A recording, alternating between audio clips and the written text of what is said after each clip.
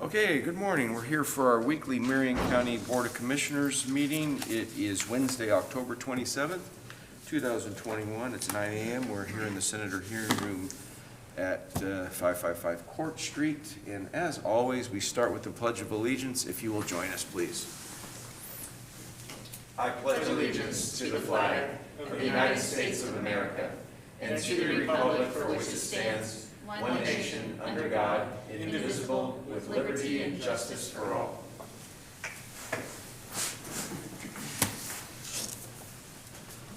Well, it's good to be here. I'm changing masks. Yeah. Changing out masks. I don't like these blue ones. They're I know. suffocating. Yeah, I So, know. the black they're ones hard. are looser. That's what I'm going with. Well, I started this, I got to my car this morning and it had snow on it.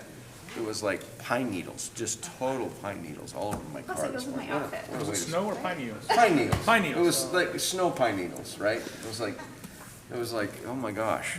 Wait, Yeah. there was really snow? See, No. I'm very No, confused. it was like, but my car was covered with pine needles. Oh. Pine It needles, was as like- if it was snow. It's Yeah, supposed to be pretty nice up there this weekend. this I'm coming up weekend, but Saturday last for a night it project. poured rain and windy and, oh my gosh, so. Lovely. But let's get on to business today. We don't have anybody signed up for public comment this morning, so we'll move right into our presentation on COVID-19. Katrina, welcome. Great. Good morning. Katrina Rothenberger, Public Health Division Director with Marion County Health and Human Services.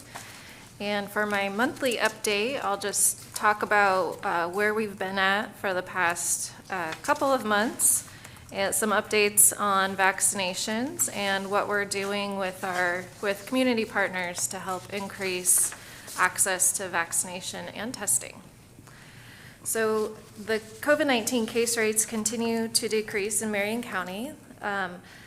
They've decreased 15% over the 2-week periods, October 3rd through October 16th, and then October 10th through October 23rd. There's been a 15% decrease between those two time periods.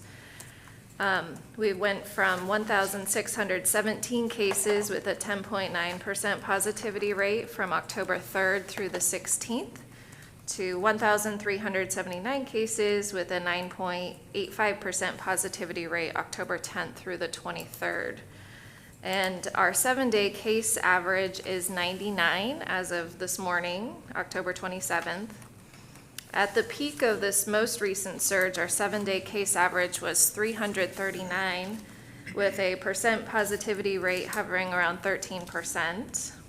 And for a little context, during the peak of this most recent surge, the 2-week period, September 5th through the 18th, there were 2,581 cases with a 14.5% positivity rate. So we have seen quite a decline in the past month, which is great, and our percent positivity rate is also declining.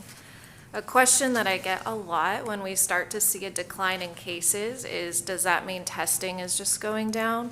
And when we see fewer cases paired with a lower percent positivity rate, we can be confident that cases are actually, transmission is actually declining when both cases and percent positivity rates decline. For vaccinations in Marion County, 72.8% of people over the age of 18 in Marion County have had at least one dose of the COVID-19 vaccine, which is 191,727 people. For the total population, it's 59.5%, and that is 207,760 people have had at least one dose of the COVID-19 vaccine in Marion County. Yesterday, the FDA voted to recommend emergency use authorization of Pfizer's COVID-19 vaccine in children ages 5 to 11. Clinical trials showed the vaccine was more than 90% effective in preventing symptomatic infection in children, and the CDC will meet next week to make their recommendation. So once the CDC director makes a recommendation, the Western States Scientific Safety Work Group reviews the data and makes a recommendation to the governors in the Western states, which is Oregon, Washington, California, and Nevada. Once that recommendation is made, then we can start working with our partners to begin administering vaccines to those kids 5 to 11. So probably a week or two before that sequence of events finishes. As far as booster doses go, we have several recommendations. So Oregonians who received the Pfizer vaccine at least 6 months ago are now eligible and recommended to receive a booster shot if you're 65 and older, living in a long-term care facility, people 50 and older with underlying medical conditions, and then those 18 to 64 with underlying medical conditions and people who are at higher risk of COVID-19 exposure due to occupational or institutional setting like healthcare workers, teachers, and grocery workers. People who receive the Moderna vaccine should receive a booster dose after at least 6 months. Again, 65 and older, 18 years of age and older in a long-term care facility, 50 to 64 with an underlying medical condition or at increased risk of social inequities, and all individuals 18 years of age and older who received a Johnson & Johnson vaccine should receive a booster dose 2 months after their first shot. And then for Moderna, I forgot to mention, people 18 to 49 with underlying medical conditions or 18 to 49 who are at risk for COVID exposure and transmission due to occupational or institutional setting. The mix and match strategy was also endorsed by the FDA and CDC, which allows anyone qualifying for a booster to receive any of the FDA-approved vaccines. Individuals may receive either the same or different COVID-19 vaccine depending on advice from your healthcare provider, individual preference, availability, or convenience. So those are available in most primary care offices, pharmacies, over the weekend trying to get a booster shot. Some of the pharmacies required appointments. So just keep that in mind. If you are out and about and want to get your booster shot, you might need to make an appointment. We are working with several community-based organizations currently to improve vaccination rates, specifically in communities that have lower rates. So we're working with Paccoon, Interface, Mano a Mano, EZO Marketing, Woodburn Ambulance, and Falck. These are recipients of our equity dollars that we got through DAS. And they'll be working through the end of the year on pop-up vaccination clinics, letters, making phone calls, and we hope to have one of our partners here next month to share a little bit about the work that they've been doing.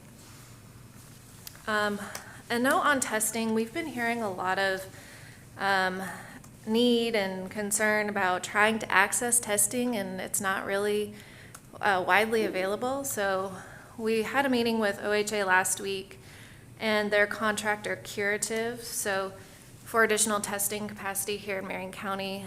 The commitment from Marion County is that we find a location, and the Curative team comes in and handles all the logistics, the collecting the samples, sending them to the lab, and actually calling and doing the calling people to give them their test results. So we're still in the planning stages, but we hope to bring additional testing to both Salem and Woodburn. It is a PCR test. It's not a rapid test, so it would, and their turnaround time is 1 to 2 days in Oregon. So I thought that was pretty good, and with minimal effort on our end, just help with planning and finding a space. So hope more to come there with testing. So, and I will be back on November 24th, and I hope to share more good news about declining case rates and improved vaccination rates. Thank you. Okay, questions? I do have a question. So for the testing, yesterday I was in conversation with Superintendent Perry from Salem Kaiser around Test to Stay, which is a model that I'm just learning about. And I love, she is consistently praising you and your team on the great work in partnership that you're doing with the districts in Marion County. But I'm just curious if that same contractor has the bandwidth and availability of tests to be able to support school districts, so that way kids aren't missing 20 days of school for an exposure. Yeah. I mean, 2 days would be much better than 20. Yeah, we did talk with the curative about testing at schools, and so that is something that we would like to explore further, for sure. That would be fantastic. Yeah, that's one of the needs that we've heard from parents, is it's really hard to get tests for kids, and so we talked through that a little bit and need to talk further with the schools. Okay, great. Yeah. Well, if I can help in any way, let me know. Okay, thank you. And then also, Brenda, can you confirm, do we have a board meeting on November 24th? That's the day before Thanksgiving, and I think we don't. Oh, well, I think we do. My understanding, I'll have to double check on that. But right now we do, Okay, so, Yeah, okay. I think we do. I think it's scheduled right now. I think it's the Wednesday before Christmas that we, the 22nd. the Okay. 22nd, we're not. You, the three of you will do Okay, I got it. Yeah. Well, then I guess we'll see on the 24th. Which happens to be my daughter's 16th birthday. Hey. Well, that's a Happy reason, birthday. that's a reason to Maybe celebrate. we'll bring her There should down be here a, and should she be, can present. should be a national holiday. Come on. It should be if you ask her, for sure. I remember my girls' 16th birthdays. I took them both to San Francisco. Yeah, it was fun. All right. I always dig. Yep. Okay. Other questions for Katrina? Katrina, thank you. And I know I'm looking forward to my booster shot here pretty soon, somewhere down the road. Yep. It's been more than 2 months. yes, we'll get it scheduled. I read some article that if you had the Johnson & Johnson, that if you got the Pfizer, that it really boost it. And then I talked to somebody who actually, I think, represents Johnson & Johnson, and said, no, you don't want to do that. You want to get the Johnson & Johnson. Yeah. So, roll the die. Okay. Thanks, Katrina. Thank Consent calendar, I think, is it your turn, Commissioner? I would be happy to take it. Yeah. Wait, are we gonna do we have a Scott's Wildfire? wildfire? You know what? I mean, We were doing every he other can week. hang out longer, I suppose. We were doing every other week, but it looks I like this think, time we I have think both. my memory got blurred by those pine needles that were all everywhere this morning. Scott, welcome for your presentation on the wildfire recovery update. Well, if we need to set up like a pine needle recovery program, Yeah. we could look into that. I'm You're all telling- over that? I'm telling you, there's plenty of them. Can you imagine? pull that microphone much closer to your face? I've never seen it like that. Are you gonna be up there this weekend while he's getting ready? Yeah. I have a project on Saturday if you wanna do some manual labor. Oh, I got so many projects I have to do. We can talk about it. Okay, so yeah, status report number 10, and then we're 13 months after the fire. Dwelling permits numbers are the same as last time. We get those updated once a month, so we're basically at 40% on the dwelling permits. On the septic's 53, that's always a nice leading edge number. Then on the property cleanup, didn't have any change, didn't have any new data. Hopefully ODOT's gonna get a system set up so we can actually keep track. Apparently that just really broke down. So we'll see if we can get a little bit better there. Did have a few more numbers on the trees, so they're continuing to cut trees. That's working pretty well. On our projects, working in gates, they're implementing new software, and so what they're gonna focus on is their staff's gonna focus on just really how to make it work. Then the consultant's gonna help them with all the procedures, so then they have an operating procedure manual to back up what they're doing. The communications and outreach, the San Diego Recovery Org website is really close to getting rolled out on the new redo.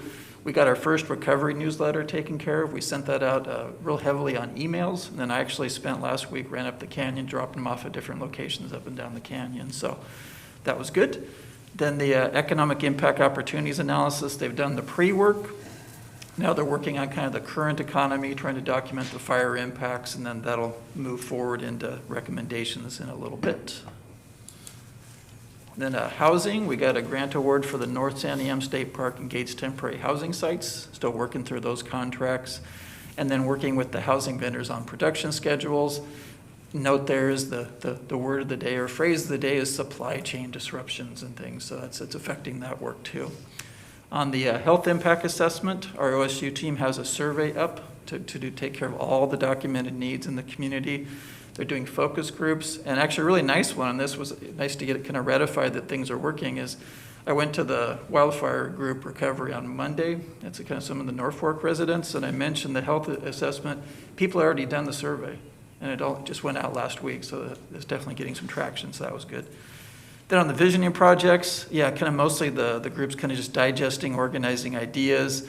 They're working toward drafts, and then probably they're shooting for actually coming out. We did a little shift in schedule. They're probably going to come out in mid-November and actually have the meetings up in Gates in Detroit. And then at that point, they'll loop back and they'll try to connect with the county commissioners to get your thoughts too.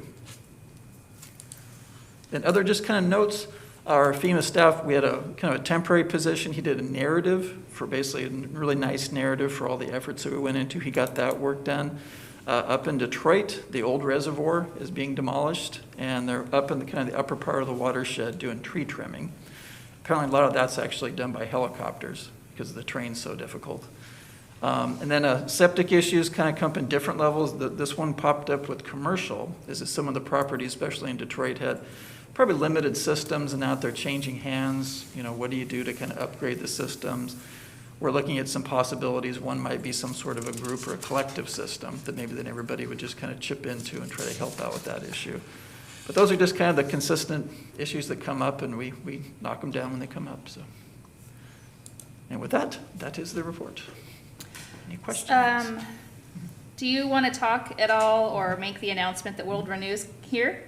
Going to be here? Yeah, we just got the note. So yeah, a group called World Renew, which is going to basically gather a really good database on what happened to everybody. The unfortunate one that we worked on had been reported. We hope we could cobble together different information sources, and you just can't. Nobody can. We tried really hard. I think probably put in more effort than other counties, but it couldn't quite get there. So they're going to need to be reaching out to individuals that were wildfire impacted to do a survey, essentially, and just, you know, what did you lose? What were your impacts? Where are you now? What do you need going forward? And the nice thing there is that'll help us better inform our decisions, but then at a collective level, set hopefully a big picture of what the damage was, dollar figures, and then that will help us apply for grants in the future. And they're going to be coming out there. Their team should have actually got here yesterday, the lead team, and then they're going to be working like the next 2 weeks to get interviews scheduled as much as they can. Yeah, so my understanding is they're going to be engaging the community November 5th through the 20th. And just to add a little more detail to what Scott said, when Jan and Matt and I were working to try to figure out how to do housing recovery for people specifically that had no insurance or underinsured, it was really difficult to just collect that information, is to know what their base value was. So if you have a 3-bedroom, 2-bath in today's market, what does that cost? And then to take that information and compound it, multiply it really, over the whole wildfire for everybody that's impacted. And then that information is what we will use to go and get USDA grants or other grants to be able to really come up the canyon and help folks recover. And it's going to be a big swath of partnerships between the SIT, the Long-Term Recovery Group, and Marion County. Because we have a great database of information, but I'd say there's a good number off the top of my head, 20% of data missing to help really create the story of the need to recover. And I'm hopeful that they won't just do the residential side of it, but they'll also do the commercial side of it, because we're working 2 parallel projects up there, and commercial has been delayed because there's so many more barriers to their recovery, specifically in Gates. So between the consultants that we have going on up there with working up there, World Renew, I think we'll be able to bring a really good package together to create a plan, and then into 2022, work to really create a path forward of recovery. It's noticeable by folks. I'm really excited. I've been begging for this resource to come in here since I became a commissioner.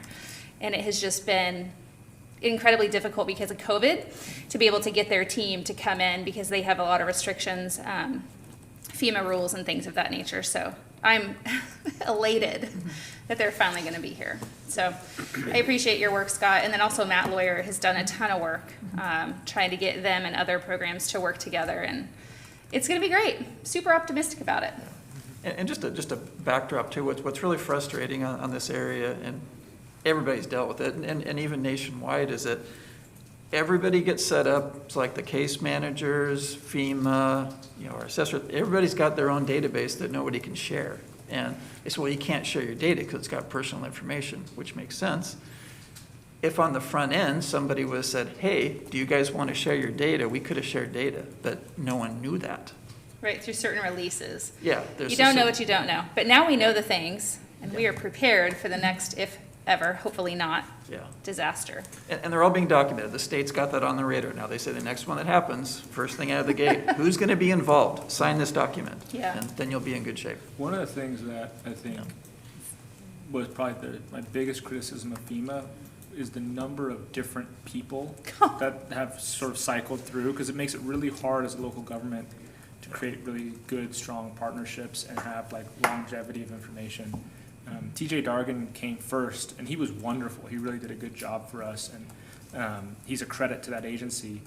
But then, you know, he got pulled out, and so it's sort of like we did all this work, we built a good relationship, he helped us navigate FEMA, and then he left, Right. And then the new person came, so we had to build a relationship again, and it just sort of, and I raised that issue actually to somebody at FEMA, and he said, yep, that's actually the biggest complaint we get. And it's funny because it's not like a money thing. I mean, I suppose it is in terms of personnel, but it's just sort of an operational thing. It seems like something that potentially they could fix, right, if they were able to assign us one person through the duration of the recovery. I think that'd be a really, not that that's something we can control, but I think Yeah. that's a really important flaw in the FEMA No, system. it's a good point, because they use kind of, volunteers, and they reassign people, and it's seen as a temporary rotation. That's their model, is to do that rotation. And you would think that probably certain tasks could be done that way, but really at the high level, like our main advisor to the county, or the main person on they should be able to hold for like a year or two. That'd be my perspective, yeah. But- Because it's not temporary for us, right? Right. Yeah. Scott, last night, I'm serving on the Detroit Planning Commission, and last night during the meeting, Chris Trussell was there to talk about septics, et cetera. And the question came up, and this is something maybe for you to follow up with the board's office. I believe it was Commissioner DeGeorge who said she lost half her hotel up there. Yeah. And our board order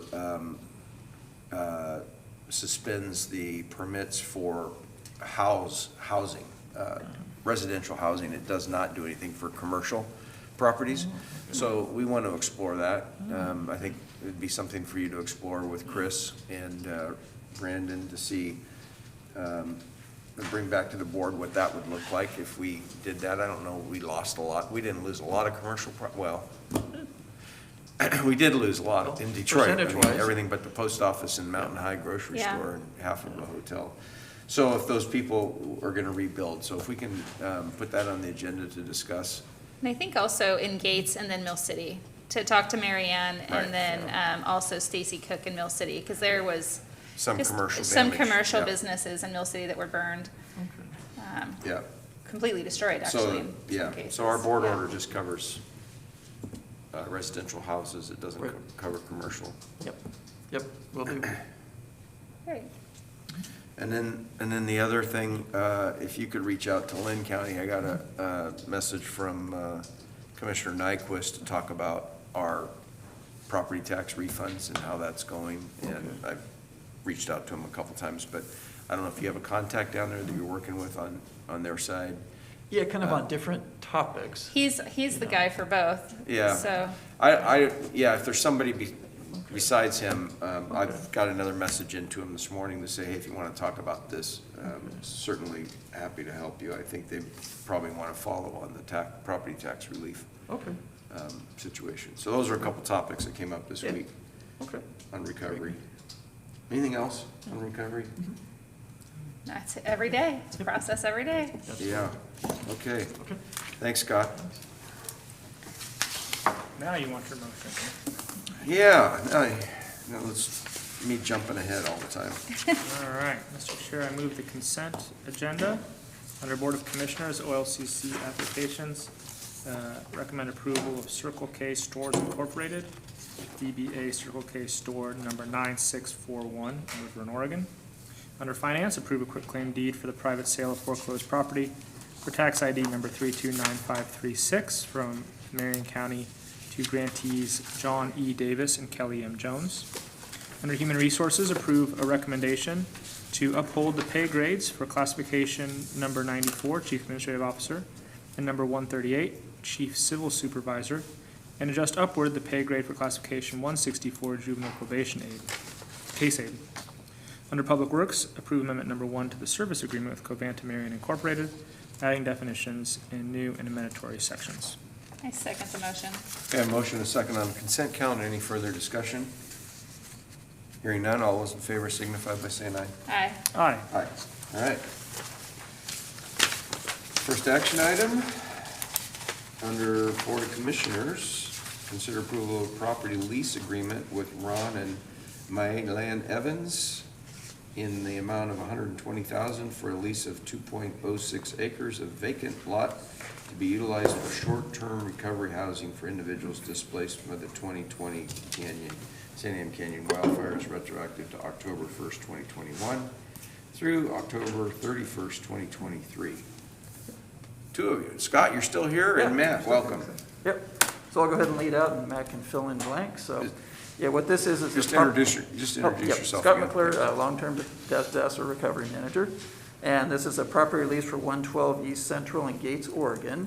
And this is supporting one of our 2 temporary housing projects. We have the one at North San Diego State Park, and then this is on the old Oak Park Motel site. So we have funding from the state in hand to develop the site and purchase units. This will be tiny homes placed on this site. And so what you need, obviously, is a lease agreement to use the property. And so key terms in here, it's a 2.06 acre site.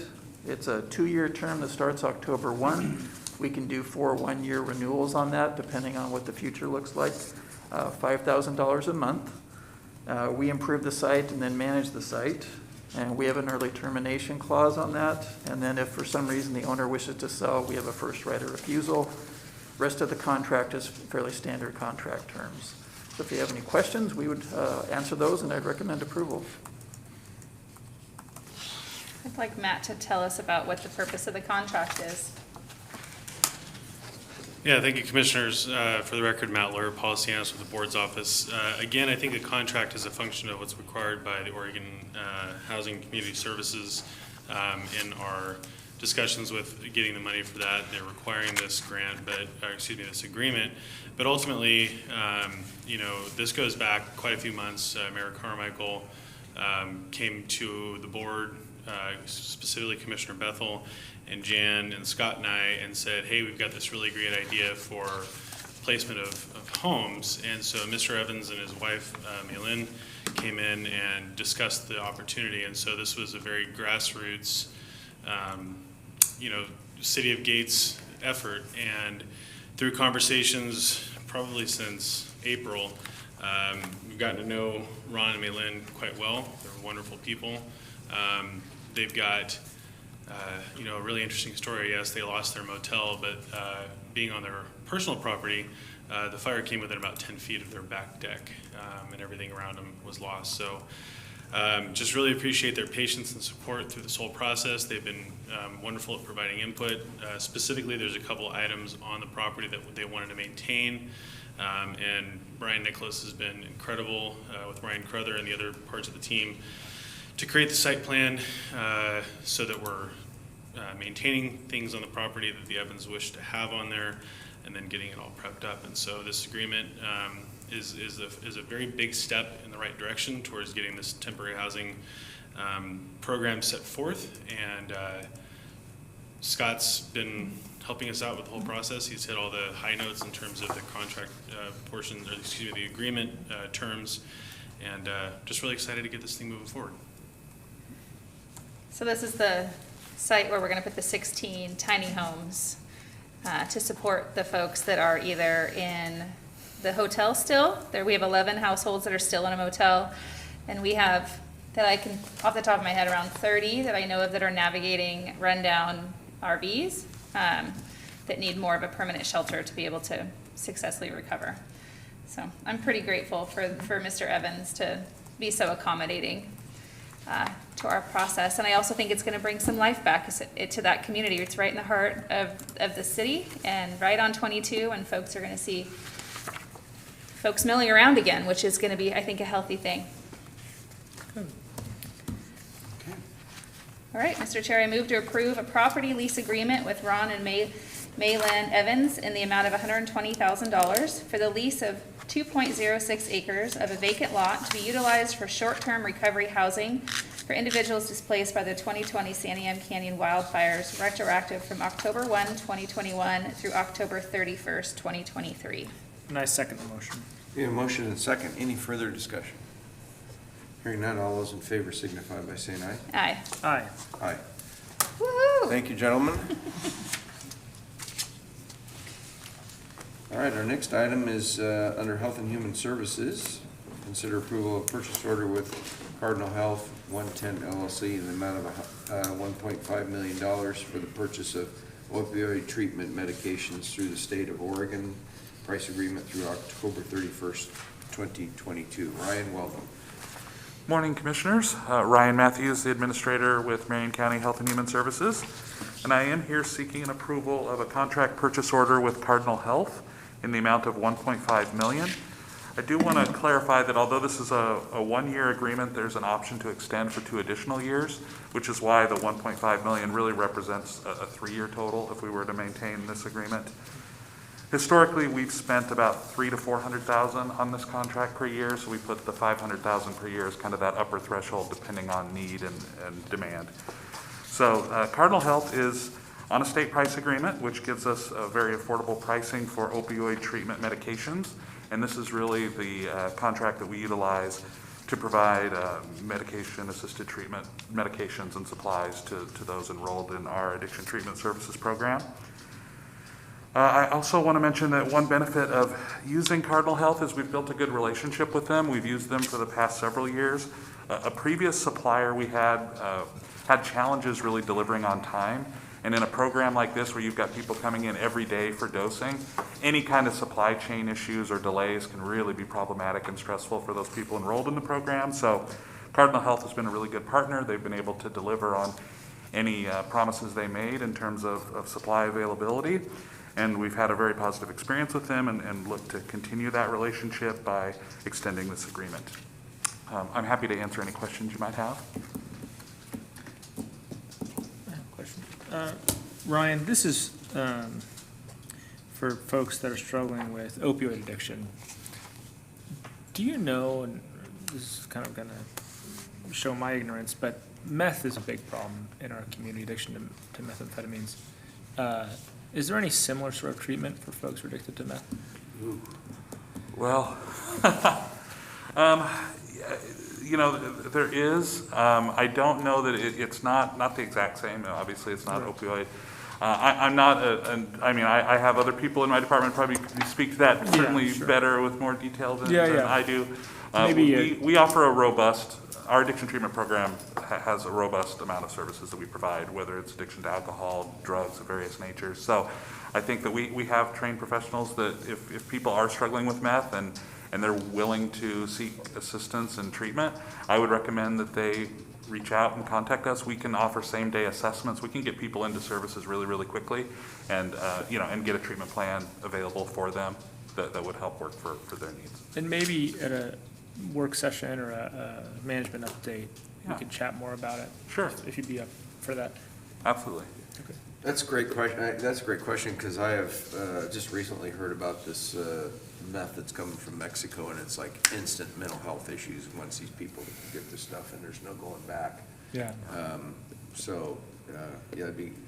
Yeah, it's Be good to learn incredibly more about addictive. That's scary. Yeah. And it's specifically plaguing our homeless population, Oh my and it's gosh. something that we really need to get a handle on. I'd actually really like to have a work session specific to understand the challenges of not just that drug, but the meth epidemic in our community and what the health department is doing to interface with that and see if we can create something more robust to try to help folks through it or access those services. Sure, absolutely. Bring some of our partners in, like Bridgeway or somebody too with us. Well, and Salem Health, I think, is important to have at any of the hospitals really, but I know that they're impacted by individuals who are high on meth, who are having, I don't even know what it is, whatever you experience when you kind of go into a psychosis rage.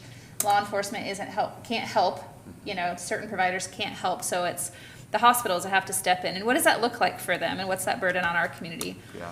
I think it's just a whole dialogue that we really have to get into. Yeah, and there's lots of issues in our community. Fentanyl's been another one we've seen huge increases in. And I think that the pandemic has been really, really challenging for this specific population because you've had sort of that disconnect with, you know, people who had to have regular UAs and regular in-person treatment. And I think that during the pandemic, I think the concerns that we've had around addiction treatment services in our community, I think this has been a population that's really been challenged by telehealth and some of the things that we put into place for other healthcare needs. I don't think it worked as well with this population, so we have seen increases in utilization and need, and that's why we're really trying, now that we've got, you know, the ability to have people come into our buildings and to receive direct services face-to-face. We've really seen, you know, an increase in demand, and we have same-day access. We can get people in very, very quickly, which we're really proud of. And now it's just a matter of, you know, again, building that knowledge and awareness in our community that it's available to them. Good, thank you. Thanks, Ryan. Okay. Mr. Chair, I move that we approve the purchase order with Cardinal Health 110 LLC in the amount of $1.5 million for the purchase of opioid treatment medications to the State of Oregon price agreement through October 31st, 2022. I second the motion. Okay, motion and second. Any further discussion? Hearing none, all those in favor signify by saying aye. Aye, Aye. Aye. Okay, next Thank you, item. Commissioners. thank you. Thanks, Ryan, good to see you. Next item under Public Works, consider approval of purchase order with Owen Equipment Company in the amount of $470,790.05 for the purchase of one 2022 Vector 2100 Plus Flushman vacuum truck through the Sourcewell Cooperative Contract. Look at that beauty. Scott, you're here for a few Wow. today. We haven't seen you in a long time. It has been a while. We've been busy out there. Welcome. Pleasure to be here. For the record, my name is Scott Wilson. I'm the Operations Division Manager for Marion County Public Works. Today, I'm asking for approval for PO 901-415 for the purchase of a 2022 model year Vector 2100 Plus Flusher vac truck. Public Works utilizes a diverse fleet of heavy and medium equipment types to perform its road maintenance tasks. The Flusher vac truck is utilized throughout the year and used to flush and vacuum out debris out of drainage structures, and it also performs non-destructive hydro excavation around underground utilities. As you can see, it's a really large truck. It's able to have the capacity to hold 10 yards of material, so it keeps the crews busy all day long. Also, it can hold over, this particular model, 1,300 gallons of water, so we could use to pay out at least 500 feet of flusher hose to clean out any kind of debris or unblock any obstacles in some of our storm lines and culverts. So it truly is really an important workhorse that we have in our fleet when it comes to storm water and culvert maintenance. And it also helps us provide a good response in any kind of wintertime flooding or items that we need to address. So, for fiscal year 2021 and 2022, the PO amount for the flusher truck is $470,790.05, and it is through the Sourcewell Cooperative Purchasing Group, contract number 12207-FSC-21549. And this funding is also approved by capital expenditure numbers 22-405 for the purchase of this truck. This truck is essential to replace the existing equipment that we have that has well surpassed its useful life. Options to consider is to approve the PO 901-415 to Owen Equipment for the amount of $470,790.05, or withhold the approval of the purchase order to Owen Equipment in the amount of $470,790.05. It is a recommendation of Marion County Public Works staff that the board chooses option 1 and approves this purchase order to Owen Equipment for the amount of $470,900 or $790.05 to purchase this 2022 model of the Vector 2100 plush flusher truck. With that said, do you have any further questions? I don't have any. I think it looks like a cool toy. Yeah, Commissioner. can you just explain to me what this thing does? It looks like a vacuum cleaner on a truck, but you also mentioned there was water involved. Tell me, like, when you're driving this thing, what do you do with it? It is exactly, yeah, it's like a shop vac on a truck.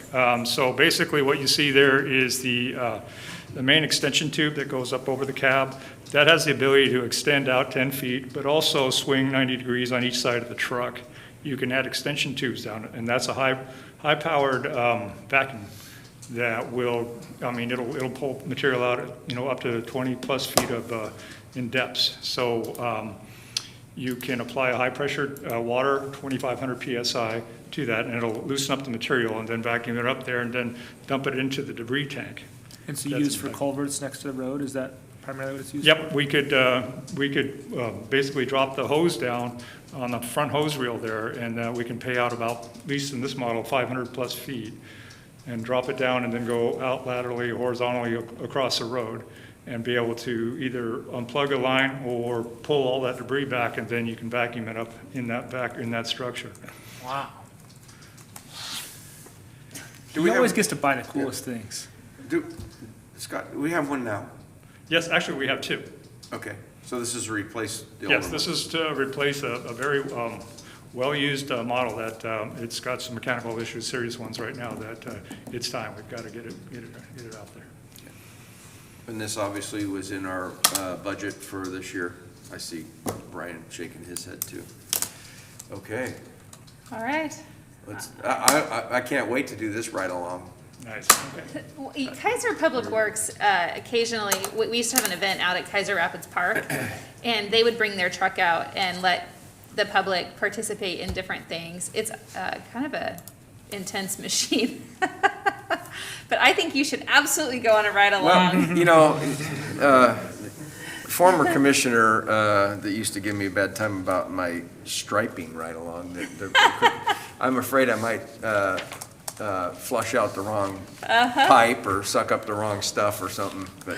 It's got a lot of safety features Be kind on of fun. this to make sure that doesn't happen. So. Well, I did a ride along with the juvenile crew when we went out and cleaned out some of the storm,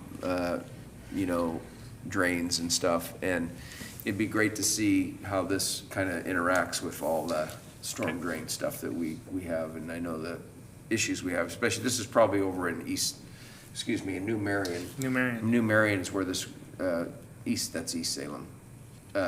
Scott, I don't know if you've been introduced to the new city. Scott just looks everywhere. confused. He's like, he's deer in a headlight, right? Yeah. East Salem, this is probably where we use a lot of this for? Yeah, primarily through the stormwater management area there. Environmental services crew will use this, and then we use it for a lot of our cross culvert maintenance throughout all of the. And then do we do any intergovernment agreements with cities that, some of our smaller cities that have Upon sewer systems? request, yeah, we will do that. Their catch basin maintenance, I believe we have one with City of Turner that we provide that service for on an annual basis. Okay, good. So the cities can use our services to help them. Great. Okay. All right. Mr. Chair, I move to approve the purchase order with Owen Equipment Company in the amount of $470,790.05 for the purchase of one 2022 Vector 2100 plus flusher vacuum truck through the Sourcewell Cooperative Contract. I second the motion. We got a motion and a second. Any further discussion? Hearing none. All those in favor of the new vacuum cleaner, say aye. Aye. Aye.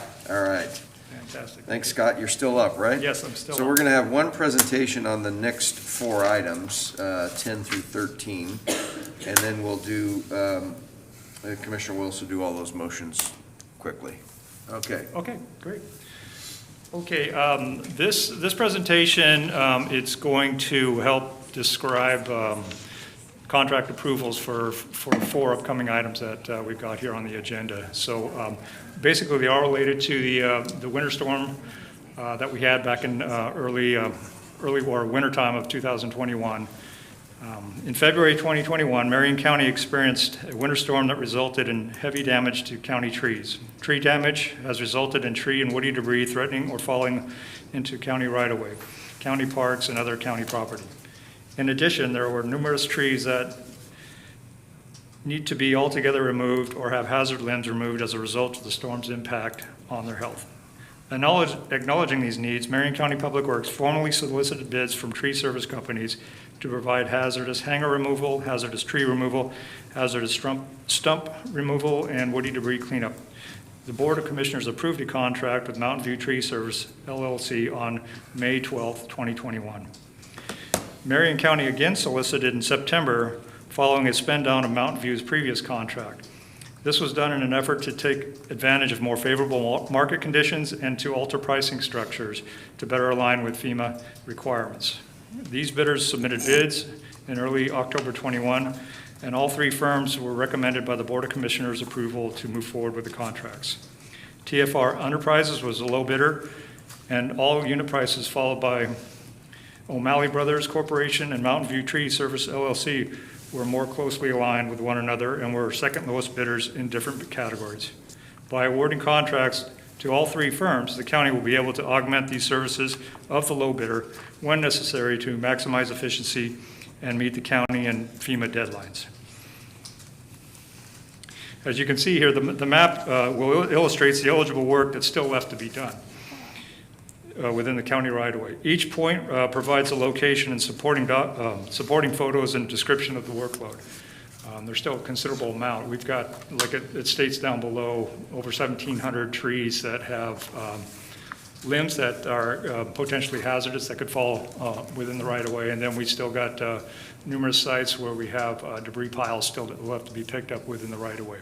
So there's a lot of work still left to be done. And these are some of the examples that we've got still out there that we need cleaned up. The one on the left is an example of a hanging limb off of or damaged limb off of a tree that we've got, and also on the right, we've got some debris piles that need to be cleaned up. They call that limb on the left a widowmaker. Well, we're referring to this, the term, I think nationally in a lot of the cleanup efforts that happens in disasters, that's called a hanger. is what they're Okay. calling it. Yeah. Hanger. I got a couple of hangers in my backyard. Contracting out the service is preferred due to the specialized high-reach equipment to safely remove the damaged limbs and larger trucking capacities to haul the debris to its final destination. By utilizing the contracted services, it will also allow operations teams to continue with the regularly scheduled road repairs and maintenance work. When exploring a resolicitation of debris removal work in September, the county designated emergency management consultant suggested that the county would benefit from also soliciting a contract for services with an experienced debris removal monitoring firm with the expertise in FEMA documentation requirements. County staff agreed with this recommendation and solicited proposals for debris removing monitoring. One proposer submitted a proposal for this project and has been deemed responsive and responsible. The contractor has experience with numerous FEMA declared disasters and debris monitoring work, including current oversight of Oregon wildfire debris removal monitoring. The contractor will be responsible for assessing current county documentation practices, recommending enhancements, monitoring debris removal contractors, documenting work via workflow tracking and photos, and otherwise coordinating debris removal efforts in a manner that maximizes potential for FEMA reimbursement. The effort needed to perform the debris removal and provide all the necessary detailed photos and documentation for eligible reimbursement exceeds our limited resources that we have in-house. Therefore, Public Works has determined that this is the smartest decision to finish this cleanup efforts in a timely manner. The following 4 action items before you are all associated with the debris removal process from the winter storm 2021. Action number 10, consider approval for contract PW-4400-21 with CDR McGuire for the winter storm debris removal monitoring. This contract is expected to cost $250,000. Federal reimbursement for the work under this contract is expected to be at a rate of 75%. There are no impacts to the Department of External Agencies. Options to consider approval or withhold approval of the contract. Public Works staff recommends approval of contract PW-440-21 with CDR McGuire Incorporated. Action item number 11 is to consider approval of contract PW-4394-21 with TFR Enterprises for storm debris and vegetative debris removal services. This contract is expected to cost $500,000. Federal reimbursement for the work under this contract is expected at a rate of 75%. There are no impacts to the Department of External Agencies. Options to consider are to approve the approval of the consider approval or withhold approval of the contract PW 4394-21. Public Works staff recommends approval of the contract PW-4394-21 with TFR Enterprises Incorporated. Action item number 12, consider approval of contract PW 4395-21 with Mountain View Tree Service for the storm tree and vegetation debris removal service. This contract is expected to cost $500,000. Federal reimbursement for the work under this contract is expected to be at a rate of 75%. There are no impacts to department or external agencies. Options to consider approval or withhold approval of the contract PW 4395-21. Public Works staff recommends approval of PW 4395-21 with Mountain View Tree Service. Action item number 13, consider approval of contract PW 4396-21 with O'Malley Brothers Corporation for the storm debris and vegetative debris removal service. This contract is expected to cost $500,000. Federal reimbursement for the work under this contract is expected at a rate of 75%. There are no impacts to the department or external agencies. Options to consider consider approval or withhold approval of the contract PW 4396-21. Public Works staff recommends approval of contract PW 4396-21 with O'Malley Brothers Corporations. And I'm happy to field any further questions that you may have.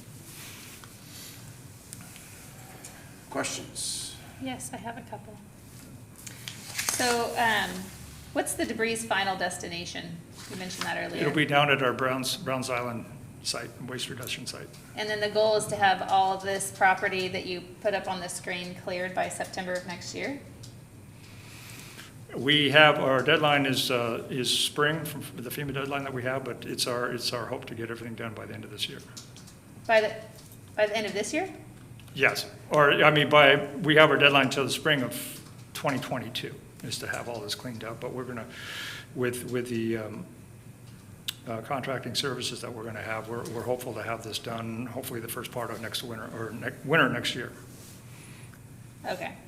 And then I just was looking through the contract, and there's prices on tree sizes. Mm-hmm. What's that about? Each size of the tree, it helps provide a pricing structure depending on the size and the quantity that they will have to work with. So we looked at some examples that other agencies used, especially during disaster cleanup efforts, and that was an appropriate pricing for the type or the size of the tree, so we could get a better price instead of a one tree, one price type one. So basically, you're paying them per tree that they take down, and this is the scale that they're paid on, up to $250,000 or $500,000 in some of the cases? Okay, interesting. Yeah, so All right. Another good example is, say on the left there with the tree with the hanger, that would be considered a tree. They're not going to take the tree down, but however, they're going to remove that hanger.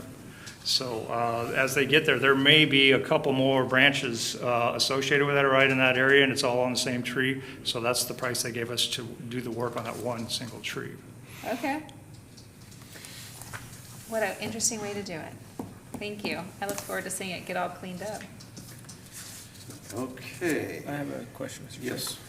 So Scott, can you tell me a little bit about how you're gonna manage these different contracts? Because it seems like you have multiple people under contract for similar work. So, will you send them to do different types of work?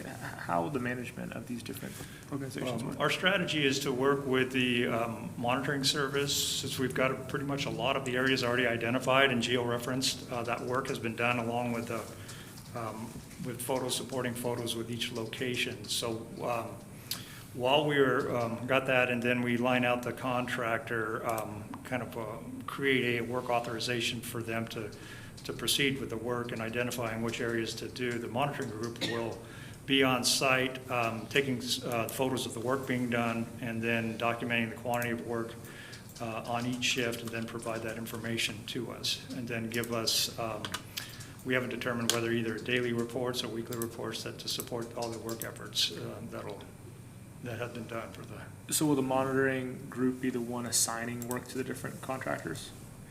yes. Yes. Okay. And so you'll work with them and sort of? Yes, we'll be overseeing the monitoring group and making sure that the work is performed and getting all the necessary progress reports that we need for the work. And making a determination if it's going at not the rate or the pace that we'd like to, we can expand that out with other contractors. So that was Got the it. intent. for doing And is this, because obviously we didn't budget for an ice storm, so is this being reimbursed by FEMA, or is this just, we have to bite the bullet and? 75% of all this will be eligible for FEMA if we provide all of the proper location and documentation. So that's why we felt it really necessary to have the monitoring group that has a lot of experience. And also TFR, the tree removals service, has got a good track record of a lot of hurricane efforts too. Great. Okay, fabulous. Thank you. Okay, Ready for the motions? yes, go ahead. All right, One at Mr. a Chair, I move that we approve the contract for services with CDR McGuire Incorporated in the amount of $250,000 to monitor the Winter Storm 2021 debris removal contractors and document work in accordance with the Federal Emergency Management Agency requirements through September 30th, 2022. I second the motion. We have a motion and a second. Any further discussion? Hearing none, all those in favor signify by saying aye. Aye. Aye. Aye. Mr. Chair, I move that we approve the contract for services with TFR Enterprises Incorporated in the amount of $500,000 to provide winter storm, tree, and vegetative debris removal services through September 30th, 2022. I second the motion. You have a motion and a second. Any further discussion? Hearing none, all those in favor signify by saying aye. Aye. Mr. Chair, I move that we approve the contract for services with Mountain View Tree Services LLC in the amount of $500,000 to provide winter storm, tree, and vegetative debris removal services through September 30th, 2022. I second the motion. We have a motion and a second. Any further discussion? Yes, Mr. Chair, I just want to state for the record that although I don't receive any monetary gain from the relationship with Mountain View Tree Services, my son is an employee and a crew leader for this business and will be working on this project going forward and has been for the last year. Okay, so potential conflict noted for the record. Okay, any other discussion? Hearing none, all those in favor signify by saying aye. Aye. Aye. Aye. Mr. Chair, I move that we approve the contract for services with O'Malley Brothers Corporation, good Irish name, in the amount of $500,000 to provide winter storm, tree, and vegetative debris removal services through September 30th, 2022. I second the motion. We have a motion and a second. Any further discussion? Wait, this is an O'Malley. Is this a conflict for you? No relation, although we're all related at some point if you go far enough back. You're Irish? All right, any further discussion? I think there were only about 2 million Irish people left after the Great Famine, so, you know, it gets awfully dicey at some point. Okay, any further discussion? Hearing none, all those in favor signify by saying aye. Aye. Aye. Thank you. Okay, thanks, Thank Scott. you. All right. Probably my turn to read the calendar. So we're here for board session at 9 o'clock. Later today at 1:15, we have a BOC CAO meeting here in the Commissioners Boardroom on the 5th floor. That's at 1:15. Today at 3:30, we have a work session, DHS Reunification Housing Pilot Program in the Commissioners Boardroom here on the 5th floor. Tomorrow, the 28th, at 8 a.m., we have a work session on our LEAD program discussion here in the Commissioners Boardroom on the 5th floor. Tomorrow, the 28th, at 1:30, a work session on Brooks Hopmere Community Plan Draft Review and Wastewater Feasibility in the Commissioners Boardroom on the 5th floor.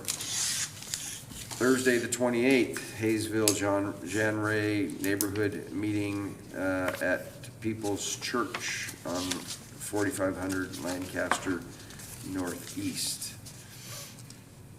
On Tuesday, November 2nd, calendar review. Yes, we're going to do calendar reviews at 9 a.m. You wanted that. Yeah, we're bringing that back. Some things go around, come back. On Tuesday at 9:30 a.m., we have management update, Commissioners Boardroom here on the 5th floor. Tuesday, the 2nd at 2:30, Health and Human Services Policy Meeting in the Commissioners Boardroom on the 5th floor. Wednesday, the 3rd, we're back here for our board session at 9 a.m. Wednesday, the 3rd at 12 o'clock, Woodburn, Marion County meeting, the Metropolis at 3347 North Front Street in Woodburn. And Wednesday at 1:15, BOC-CAO meeting here on the 5th floor in the Commissioners Boardroom. And Wednesday, the 3rd, work session on Northwest Natural Gas discussion. And Wednesday, the 3rd at 4 p.m., FEMA briefing for local officials. I believe we may have changed that to once a month. We'll go back and follow up with that. That's right, it was changed to once a month on our calendars yesterday. Yeah, so we just did it last week, so I think It'll be, it'll, yeah, we're Next not doing month. it. okay. All right. It's just a good sign that the recovery is progressing. You know? Speaking of which, Commissioner Bethel, we had a meeting yesterday about housing. Could you give us an update on some of the work and the progress on housing in the canyon? Yeah, housing in the canyon. So yesterday, the Board of Commissioners serve as the Board of Directors plus one community member on the Marion County Housing Authority Board. And we had our monthly meeting, and we approved 2 contracts. Well, one's contract, and I don't know what the other one was. So the first one was to allow Marion County Housing Authority to enter into a partnership with Greenlight Home First Developers, which is an outfit out of Portland who had applied for a LIFT grant through Oregon Housing and Community Services, I believe in February of this year, and they were awarded that grant, which is like $15 million and some dollars, to build 2 housing developments, one in Staten of, I believe, 84 units, and you're really testing my math knowledge here. I think it's like 72. 72. 72. Okay, And then 54. and then too. 54 in Mill City. And the process had been delayed some to my own fault because I am in the learning process. Wanted to fully understand what that partnership looked like, and because Marion County Housing Authority is a tax-exempt organization, there's benefits to the partnership with Greenlight and Home First. And I struggled to understand how the LIFT grant program works and where those dollars come from, and then allowing a partnership to occur with the Housing Authority, which essentially would have, from where we started, not provide any tax revenue to either city, Staten or Mill City. And I just had some concerns around that, and so after conversations with both communities, leaders in both communities, and in conversation with Candace Owens, who's Candace, the director of the Housing Authority, thanks. Is it Jameson? Jameson, she told me about the pilot, or PILT, which is the payment in lieu of taxes.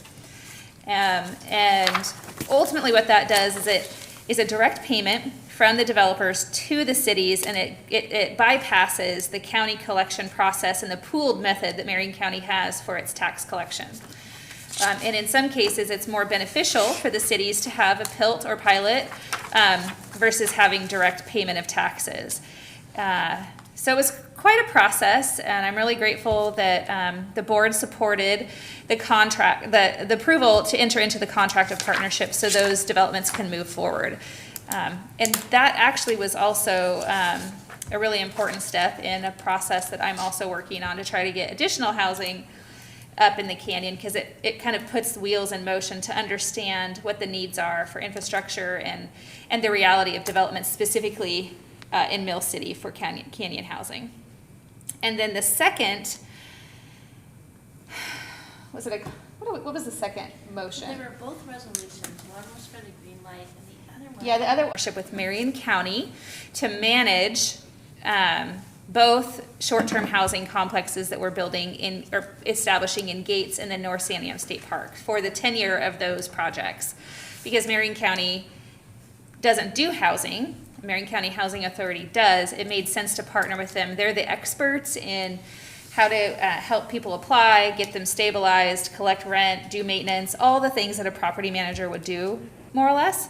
And so the board supported yesterday that partnership. So Marion County Housing Authority will be the authority over those two properties once they're available for move-in. And do you think that we have good progress on the other part of the Mill City development? The kind of building some of the other housing around that? I think that the idea is well received by our state partners, and thankfully we have Jody Christensen in Regional Solutions, who's a rock star at bringing people together and navigating personalities, and also having a team go out and look for funding. I think it's something that's never happened ever in the state of Oregon. Similar to this housing thing, Marion County has said to the state, we are creative thinkers. We need to be solution oriented. Here's these opportunities. They haven't said no. So that's good. But it's expensive. I mean, ultimately, to do the Mill City concept, which is establishing the infrastructure for about 9 acres in Mill City, is what I've asked the state to look at with us, is around $12 million. Because it's very expensive to do any work up the canyon. And Oregon Housing and Community Services, which is the partner at the table, they don't actually do this kind of work. And so they created an LLC with the $400-ish million that the legislature gave them, and they're still establishing what the parameters of that LLC are with those dollars. So I believe there's a pathway there, but there's also pathways through USDA and FEMA grants or other things to help with it. We just have to get creative. Brian Nicholas, he's not here anymore when we're sitting, has been an absolute rock star in this process. So, I mean, we're working pretty, I would say on tight timelines. It would be my goal to have a real lively conversation by the end of this year with the state to determine if we can actually make a go of that project. Thank you. You're welcome. So you just described as a board member of the Marion County Housing Authority and then as a board member of Marion County Commission, it's what it's going to be like to sign both sides of a paycheck. Because the letters that the motions that we made yesterday gave Candace the authority to go through, and one with the developers, but the second one was actually to enter into agreement with Marion County. I thought that's pretty interesting. People don't realize sometimes that what commissioners really do. Yes. So we gave her permission to enter into an agreement with us. Right. But there was a lot of work that went into that, and our legal counsel has worked overtime. Yep. All right. Any other discussion? If not, that's good news. We're moving forward on. Did you read the calendar? I did. You did it. Oh, you did? Yeah. Sorry. Some of us take naps. I think I was talking through most of it. We will adjourn.